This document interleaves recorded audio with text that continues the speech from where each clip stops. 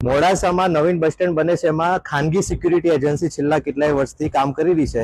એનું કામ છે કે અંદર એના એરિયામાં, જે ખાનગી એરિયામાં ટ્રાફિક મેનેજમેન્ટ કરવાનું. જાહેર રોડ ઉપર એનું કોઈ લેવા દેવા હોય નહીં. થોડા સમય અગાઉ પહેલા કોઈ પણ સામાન્ય નાગરિક શાકભાજી લેવા માટે કે 5 મિનિટ માટે પણ ત્યાં ઉભી રહે તો ગાડીને લોક મારી દેતા હતા અને સામાન્ય પ્રજા જોડે મગજમારીઓ કરતા હતા. એ બાબતે મેં ટાઉન પીઆઈ સાહેબ જોડે પણ રજૂઆત કરીને અરજી આપી હતી. ત્યારબાદ અવારનવાર લોકો જોડે મગજમારી કરે છે. 10 તારીખે આ કાકા ઇકો ચલાવે છે, એમને 5 મિનિટ માટે ગાડી ત્યાં મૂકી હશે એટલે ચિંતન સોની નામનો વ્યક્તિ આવીને ધક્કા મુક્કી કરી. જોડે 3 સિક્યુરિટી ગાર્ડ હતા અને આ કાકાને એવું કહ્યું કે એસપી મારા ઓળખીતા છે, કલેક્ટર મારા ઓળખીતા છે. એટલે એ એજન્સી વાળાને મારે કહેવું છે કે એસપી ઓળખીતા છે, કલેક્ટર ઓળખીતા છે, કાયદો તારા બાપનો છે.